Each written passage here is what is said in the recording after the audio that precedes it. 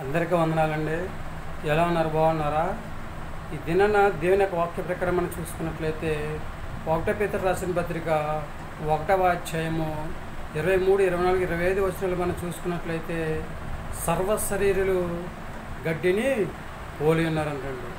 మన అందమంతా గడ్డి పువ్వు లాంటిదని చెప్పేసి దేవుడు తన పరిశుద్ధ లేఖనం ద్వారా చదివిస్తున్నాడండి. గడ్డి ఎండును, దాని పువ్వు రాలును, కానీ దేవుని యొక్క వాక్యము నిత్యము నిలుసునని చెప్పేసి దేవుడు చెప్తున్నాడండి. అలాగే మనం ప్రకటించేది దేవుని యొక్క వాక్యమే, మనం వింటున్నది దేవుని యొక్క వాక్యం అనమాట అండి. కనుక దేవుడు ఇచ్చిన మహావచనం బట్టి సర్వశక్తిగల దేవుడికి అసాధ్యమైనది ఏది లేదనమాట అండి. సమస్తంలో సాధ్యపరిచే దేవుడు మనకి తోడుగా నడుగా సాకారుగా ఉపకారుగా ఉన్నాడు కనుక దేవుడు మనతో మాట్లాడుతూ ఉన్నాడండి. యవనస్తులు మీరందరూ కూడా మీ జీవితాన్ని ఒక ఉన్నతమైన స్థితిలో ఉంచుకోవాలంటే దేవుని మాట వినాలండి. ఆయన మాట ప్రకారం మీరు నడుచుకోవాలన్నమాట అండి. ఎందుకంటే యవనస్తులను దేవుడు కోరుకుంటూ ఉన్నాడండి. యవన కాలంలో ఎవరైతే దేవుని దగ్గరికి వస్తూ ఉంటారో వారందరినీ కూడా దేవుడు 30ంతలుగా 60ంతలుగా 100ంతలుగా దీవించి చక్కగా భూమి మీద మంచి ఆరోగ్యం దయచేసి ఆయన రాజ్య వారసులుగా జీవించే యోగ్యతను దయచేయాలని చెప్పేసి దేవుడు ఆలోచన కలిగి ఉన్నాడండి.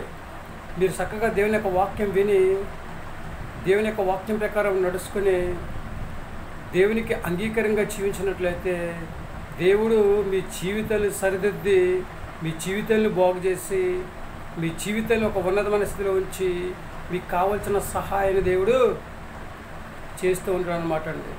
కనుక యవనస్తులందరూ కూడా దేవుని మాట వినాలి. విశ్వాసంతో దేవునికి ప్రార్థన చేసుకోవాలండి.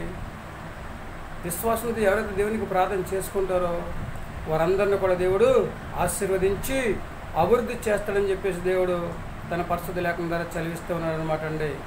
మరి యవనస్తులు అలాగే చిన్నలు, పెద్దలు, వృద్ధులు ప్రతి ఒక్కరు కూడా విశ్వాసంతో ప్రార్థన చేసుకుని దేవుని యొక్క ఆశీర్వాదాన్ని పొందుకొని చక్కగా ఎప్పుడు ఏం జరుగుతుందో ఎవరికీ తెలియదు కనుక మనం ఈ లోకం కోసం ఆరాటపడకూడదు, కానీ దేవుడిచ్చే ఆయన రాజ్య వారసుగా జీవించే యోగ్యతను సంపాదించుకోవడం మనం ఆరాటపడాలండి. నిత్యము నిత్య జీవంలో దేవుని యొక్క నిత్య జీవంలో నిత్యము జీవించే యోగ్యతను సంపాదించుకోవాలండి. యవనస్తులు శ్రద్ధగా దేవుని యొక్క వాక్యం వినండి. విన్న వాక్యం హృదయమైన పలక మీద రాసుకోండి. దోసుకున్న వాక్యాన్ని పదే పదే నెవరు వేసుకోండి. అప్పుడు దేవుడు మీ జీవితంలో ఆశ్చర్యకార్యాలు చేస్తూ ఉంటాడండి. మీకు చదువుకోవాలన్నా, వ్యాపారం చేసుకోవాలన్నా, ఉద్యోగం చేసుకోవాలన్నా, ఏ పని చేసుకోవాలన్నా కానీ దేవుడు మీకు మంచి బుద్ధిని ఇస్తాడు, మంచి జ్ఞానాన్ని ఇస్తూ ఉంటాడు, మంచి తెలివిని ఇస్తూ ఉంటాడు, చక్కగా మంచి శక్తిని ఇస్తూ ఉంటాడు, మంచి ఆరోగ్యాన్ని ఇస్తూ ఉంటాడు, చక్కగా ప్రయాణంలో రాకపోకల్లో సమస్త విషయంలో తోడుగా ఉంటాడు. మీరు చేస్తున్న పని అంతట్లో దేవుడు తోడుగా ఉంటాడండి.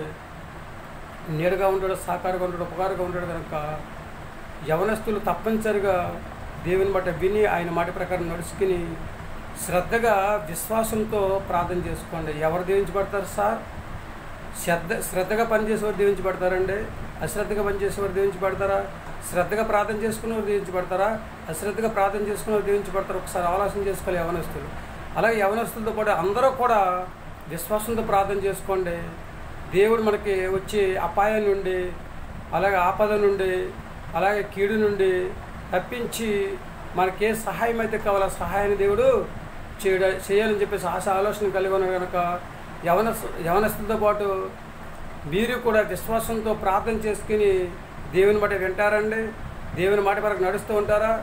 అయ్యా నేను దేవుని మాట వింటామండి, దేవుని మాట ప్రకారం నడుచుకుంటామండి ఎవరైతే అంటారో వాళ్ళందరూ కూడా, ఎవరైతే దేవుని యొక్క మాట విని ఆయన మాట ప్రకారం నడుచుకుంటారో వాళ్ళందరూ కూడా తలల వంచండి, ప్రార్థించేద్దాం.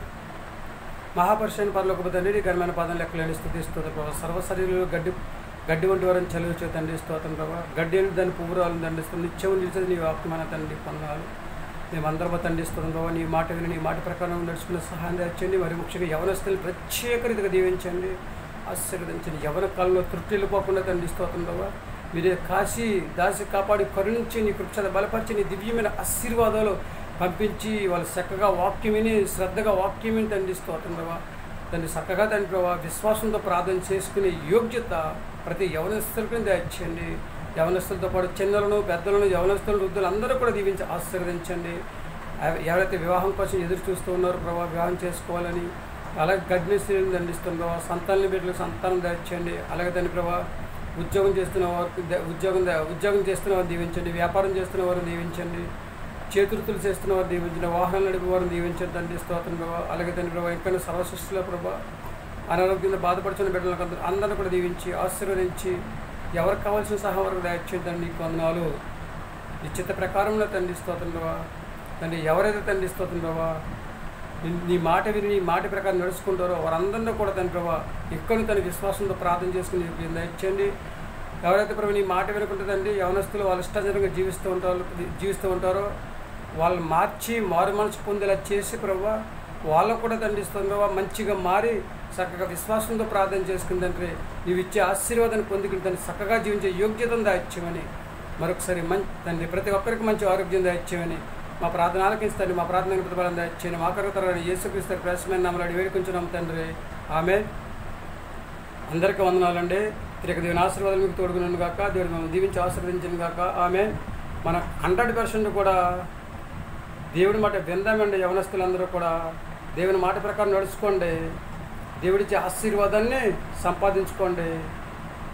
భూమి మీద హాయిగా జీవించండి. ఏమంటారు? యవనస్తులందరూ కూడా మరొకసారి 100% కూడా విశ్వాసంతో ప్రార్థన చేసుకోండి. నమ్మకంతో ప్రార్థన చేసుకోండి. భక్తితో ప్రార్థన చేసుకోండి. నీతిని అనుసరించి నడుచుకోండి. న్యాయంగా జీవించండి. దేవుడికి అంగీకారంగా జీవించండి. అప్పుడు దేవుడు మీ జీవితాల్లో ఆశ్చర్యకార్యాలు చేసి మీ పని అంతట్లో తోడుగా ఉండి మీకు కావాల్సిన సహాయం చేసి భూమి మీద హ్యాపీగా సంతోషంగా ఆనందంగా ఉల్లాసంగా జీవించే యోగ్యత దేవుడు మీకు దయచేస్తూ ఉంటాడు అనమాట అండి. ఏమంటారండి? వింటారా దేవుని మాట? చేస్తారా విశ్వాసంతో ప్రార్థన? నడుచుకుంటారా నీతిని అనుసరించి? జీవిస్తారా దేవునికి అంగీకారంగా? మరి ఏమంటారండి యవనస్తులు? మీ ఆలోచన మీది. మనం అందరం కూడా దేవుడి మాట విందాం. ఆయన మాట ప్రకారం నడుచుకుందాం. దేవుడిచ్చే ఆశీర్వాదం సంపాదించుకుందాం. భూమి మీద హాయిగా జీవిద్దాం. ఏమంటారు?